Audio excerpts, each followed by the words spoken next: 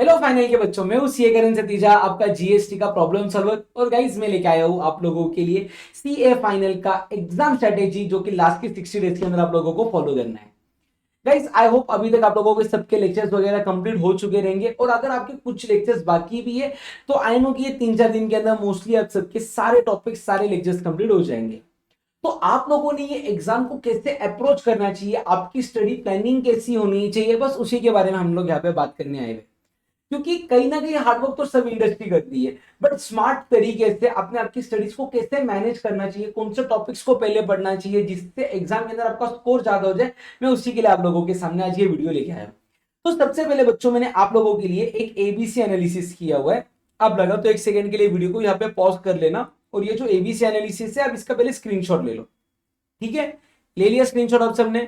चलो जल्दी से ले लो। Done, okay. तो गाइस यहाँ पे ना आपके ए कैटेगरी के अंदर कुछ 11 चैप्टर्स है जो एग्जाम के अंदर है ना 70 मार्क्स का वेटेज लेके आते हैं। ये ऑलमोस्ट एवरी अटेम्प्ट के अंदर इसके ऊपर से आपको कोई ना कोई क्वेश्चन एग्जाम के अंदर देखने मिलेगा। तो ये जो आपके 11 चैप्टर्स है, ये आप लोगों को कुछ भी स्किप नहीं करना है, ईच एंड एवरी पॉइंट आपको इसके अंदर का ठीक से पढ़ना है। जो चैप्टर्स है इसके अंदर वो है आपका place of supply, exemption, ITC, value of supply, refund, GST वाला रिफंड, फिर अकाउंट्स एंड रिकॉर्ड्स आ गया, ऑडिट एंड असेसमेंट आ गया, डिमांड एंड रिकवरी आ गया, ऑफेंसेस एंड पेनल्टीज आ गया, वैल्यूएशन आ गया, कस्टम्स वाला, और importation and exportation and transportation of goods, customs वाले पॉइंट आ गए। आपको इसको बहुत ही अच्छे तरीके से करना है। फिर बी कैटेगरी के अंदर आते आपके लगभग 4 and 4 8 चैप्टर्स आते हैं, जिसके अंदर आप सबसे पहले ईसीओ ट्रांजैक्शन है जो जीएसटी के, वो चैप्टर आता है। फिर रजिस्ट्रेशन आता है, सप्लाई आता है, पेमेंट ऑफ टैक्स आता है, ये बन गया जीएसटी वाला पोर्शन। कस्टम्स के अंदर से वेयर हाउसिंग हो गया, रिफंड हो गया, टाइप्स ऑफ ड्यूटी हो गया, और फॉरेन ट्रेड पॉलिसी हो गया। फिर जो बचे हुए चैप्टर्स हैं ना आपके, वो सारे सी कैटेगरी है। एक बार मैं रीड कर लेता हूँ। Charges, import and export under GST, liability to pay, liability to pay in certain circumstances वाला चैप्टर आ गया। फिर टाइम ऑफ सप्लाई आ गया, टैक्स इनवॉइस आ गया, रिटर्न्स आ गया, जॉब वर्क आ गया, इंस्पेक्शन वाला पॉइंट आ गया, एडवांस रूलिंग आ गया, मिसलेनियस प्रोविजन आ गया, और कस्टम्स के बचे हुए दो टॉपिक्स जो है लेवी एंड एग्जेम्पशन और classification of import and export, इसके अंदर आ जाता है। तो ये तो मैंने आप लोगों के लिए बना दिया एबीसी एनालिसिस। अभी आप लोगों को लास्ट के 60 डेज में कैसे पढ़ने का है उसके बारे में आप लोग ध्यान से देख लो। अगर आप लोगों का अटेम्प्ट जनवरी 2026 के अंदर है, तो टेंटेटिवली आपकी एग्जाम स्टार्ट कब होने वाली है? 5 जनवरी 2026 के लिए। यानी कि आप जब भी वीडियो देखने के लिए बैठ रहे हो, जैसे आज वीडियो अपलोड हो रहा है, तो आपके एग्जाम के लिए अप्रोक्सीमेटली 60 डेज बच रहे हैं। अगर आप लोग 1-2 दिन वीडियो लेट भी देख रहे हो तो भी हार्डली 57-58 डेज आपके एग्जाम के लिए बच रहे हैं। तो गाइस एक छोटी सी बात सबसे पहले, कि अगर आप लोग जनवरी 2026 में आपका सक्सेसफुल रिजल्ट देखना चाहते हो, तो आज से जो आपका स्टडी का शेड्यूल है वो मिनिमम 12 आवर्स पर डे का होना ही चाहिए। उससे कम अपन कर नहीं सकते। फिर आप पढ़ाई कोई भी टाइम पे करो, आप अर्ली मॉर्निंग करो, आफ्टरनून में करो, लेट नाइट करो, रात के 3 बजे पढ़ाई स्टार्ट करो, वो सब आपका चॉइस है। बट हाँ, दिन में एक पूरे दिन में आपके 12 आवर्स की स्टडी कंप्लीट जरूर होनी चाहिए। आपने 12 आवर्स को क्या करना चाहिए, 4 आवर्स के ना 3 सेशंस के अंदर आपने उसको ब्रेक करना चाहिए। यानी कि 4 आवर्स आपने डेली डायरेक्ट टैक्स पढ़ना चाहिए, 4 आवर्स आप लोगों ने इनडायरेक्ट टैक्स यानी कि जीएसटी एंड कस्टम्स पढ़ना चाहिए, और 4 आवर्स के लिए आपने ओपन बुक की तैयारी करनी चाहिए यहाँ पे। तो यहाँ पे मैं आप लोगों को बताऊंगा कि जीएसटी को अपने लास्ट के 60 डेज में क्या सीक्वेंस में पढ़ना चाहिए, जिससे आपके मार्क्स और भी बेहतरीन हो जाए। तो सबसे पहला फोकस है, आपने पहले 25 डेज के अंदर है ना category A and category B के चैप्टर्स को कंप्लीट करना चाहिए, जो कि आराम से हो जाता है अगर आप डेली 4 आवर्स भी देते हो इसको। तो जिसके अंदर है ना आपने कंसेप्ट तो पढ़ने ही पढ़ने, साथ में क्वेश्चन आंसर्स को ना स्क्रिबल करना चालू करो। देखो एक बात को समझो, सिर्फ रीडिंग करके पास होना काफी डिफिकल्ट है। अगर आप लोगों को रिटेंशन रखना है तो आपको राइटिंग प्रैक्टिस बहुत ही जरूरी है।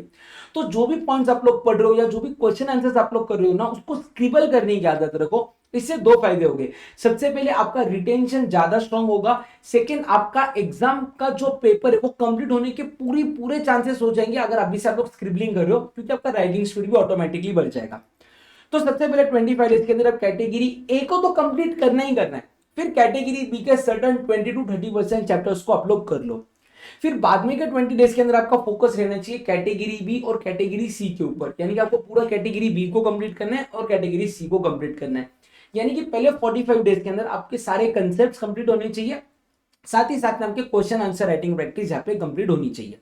ये हो गया आपका फर्स्ट डिटेल रिवीजन, जिसके अंदर अगर आपको कोई टॉपिक कॉम्प्लिकेटेड लग रहा है तो आपके खुद के नोट्स उसके अंदर बना लो। और ये 45 डेज में सबसे इंपॉर्टेंट है आपको आपकी इंपॉर्टेंट क्वेश्चंस को अलग करना। वो क्वेश्चंस जो आप फर्स्ट रिवीजन में या लास्ट डे रिवीजन में पढ़ने वाले उसको आपको इन्हीं 45 डेज में अलग से कहीं तो मार्क करके रखना है। उसके बाद में आप लोग क्या करोगे ना, लास्ट नेक्स्ट 5 डेज यानी कि 46 से लेके तो 58 डे, उसके अंदर सबसे पहले आप क्या करोगे कि पहले के 45 डेज में का अगर ड्यू टू एनी रीजन अगर आपका कुछ भी पॉइंट पेंडिंग रहता है, पहले तो ट्राई करना कुछ भी पेंडिंग रहना, बट अगर एक्सेप्शनल सिचुएशन के अंदर कोई पॉइंट पेंडिंग रहता है तो पहले उसको कंप्लीट कर लो।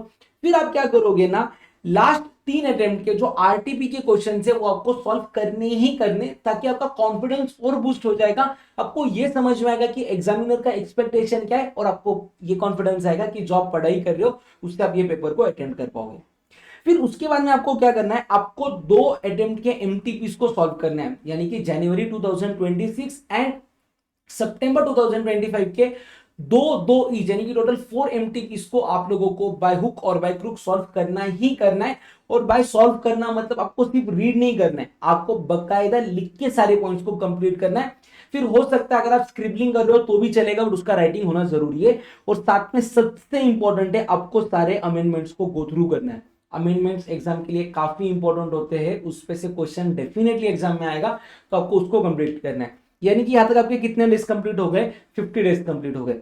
फिर आप क्या करोगे, जो लास्ट के 10 डेज बचे रहेंगे आपको कंपलसरी डेली क्या करना है, जो आपका क्वेश्चन नंबर 1 थ्योरेटिकल क्वेश्चन का रहता है ना कंपलसरी वाला, जिसके अंदर मिक्स क्वेश्चन रहता है, सारे एडजस्टमेंट आते हैं, आपको डेली 2 क्वेश्चंस को सॉल्व करना है।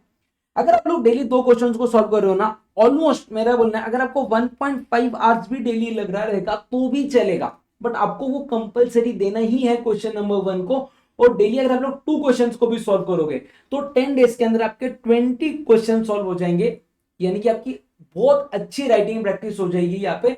तो आप एग्जाम में भी क्वेश्चन नंबर 1 को अप्रोच कैसे करने का उसका आपको आइडिया आ जाएगा आफ्टर सॉल्विंग दिस 20 क्वेश्चंस। तो आपको ये कंपलसरी करना ही है।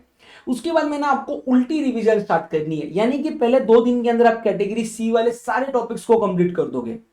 हाँ, डेली 2 क्वेश्चंस के साथ साथ में ये करना है आप लोगों को। उसके बाद में आप लोग क्या करोगे, कैटेगरी बी को 3 से 4 दिन देना और फिर कैटेगरी ए को 4 to 5 डेज देना ही है आप लोगों को। क्लियर है।